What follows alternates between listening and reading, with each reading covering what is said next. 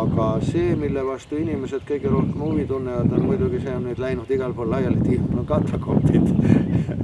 Mis mind ajab muidugi hirmsasti naerma, sellepärast, et mul on hea kujutlusvõime ja ma tean, mis asjad on katakombid, seal on kilomeetrite kaupa käike ja vasakule paremale ei eksid ära ja nii edasi, aga Hiiumaa mastaabis jah, 1000 ruutkilomeetrit, ma ütleks niimoodi, et 2 korrust maa all 37 ruumiga 500 ruutmeetril, 3 meetrit ja 3,5 meetrit raudbetoonlae paksust, alumise kõrruse ja ruumide kõrgus 3,15.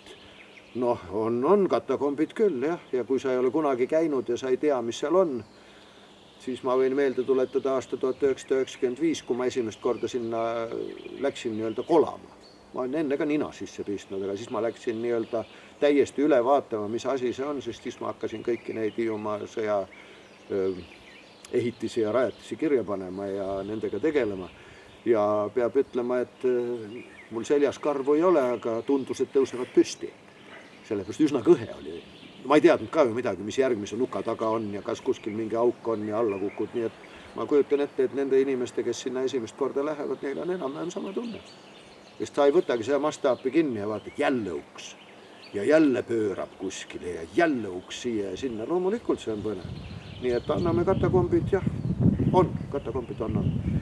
No nüüd me olemegi siis Hiiumaa katakombides, ehk siis tegelikult patarei number 316 juhtimiskeskuses, kus siis tegutses kapten Nikiforov oma meeskonnaga. Paljudel see meeskonda siin sees oli, seda täpselt ei tea, aga ju neid ikka sinna 40 ligi läks, sellepärast radistid, elektrikud, medtöötajad, sidemehed, keda tahes siin oli.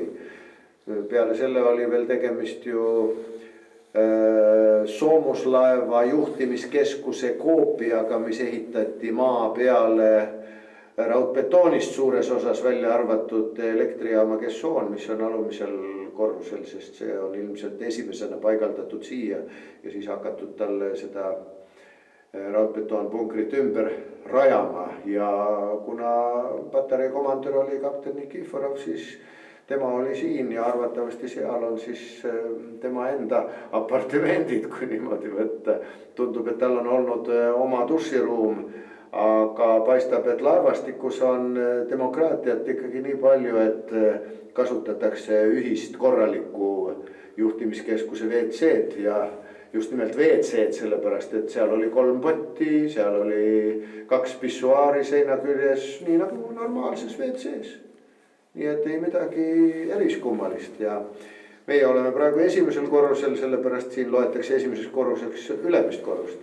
Ja kui sealt august alla minna, siis saab alumisele korrusele, kus oli elektrijaam ja kus oli vesivarustus, arteesiakaev ja kus oli õhupuhastussüsteem koos õhupuhastuspumpadega, mis oma kanaleid mööda siis toimetas vastava keemia või gaasirünnaku puhul puhasta õhku igasse ruumi.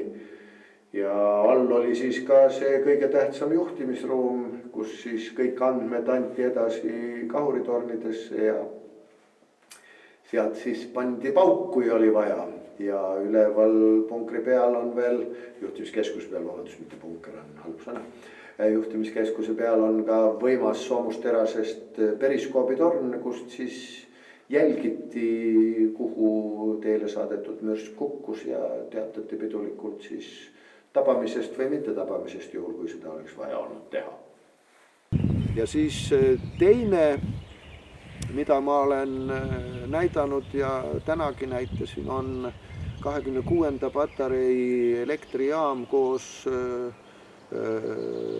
meditsiiniosakonna ja majutusruumiga, millest on läinud lahti legend, et Tahkunas oli venelastel 1941. aastal maa-alune haigla. Noh, see kõlab ju võimsalt, hakkad ju otsima juba, mis siin maa all kõik veel on. Aga sealt läks see juht lahti ja niimoodi need legendid tekivad, eks ole. Sest seal on ka pime ju. Ja seal on koikud, seal oli 22 korraskoikut, aga nüüd nad on nii palju, et eks see rooste teeb oma töö ja mõni asi kukub ära ja mõni inimene tahab proovida ka, kui tugev ta on, siis mõni asi jälle laguneb ikkagi sinna ka. Et see on niisugune väga põnev koht ja see elektrijaama põrand haiseb siiamaani diisli järgi, eks seda ole seal parasjagu maha voolanud, nagu meiegi diislijaamas, mis siin on meie muuseumis parasjagu.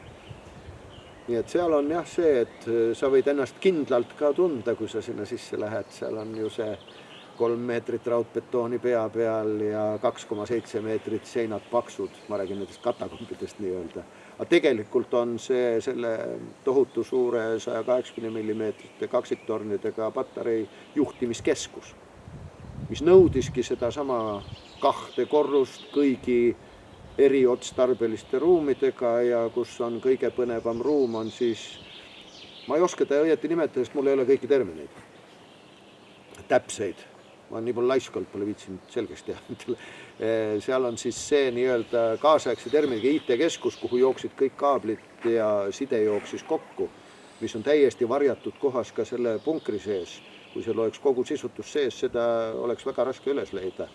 Ja see on niimoodi, et lähed ülemiselt korruselt alumisele korrusele, et ronida sealt uuesti ülemisele korrusele ja ainult ühest kohast saab sinna, ainult üks väike luuk on.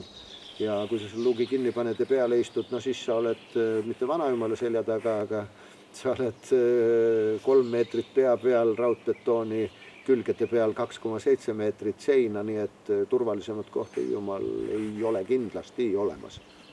Esiteks sa ei pääse sealt kuskile ja teiseks mitte keegi ei pääse ka sinu juurde. Nii et seal on kõik need asjad olemas, kust juhiti nende kahurite tööd, kuhu jooksis kogu see teave kokku, kust saadeti välja šifrogrammid, kus võeti vastu šifrogramme, kus nad dešifreeriti.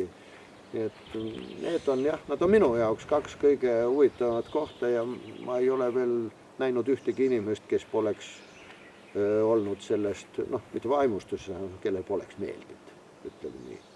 Aga on olnud ka neid inimesi, mõningaid väga vähe, kes on tahtnud kõike näha. Aga ütleme niimoodi, et pärast 40 punkrit on igal juhul siita. Ei jaksa rohkem.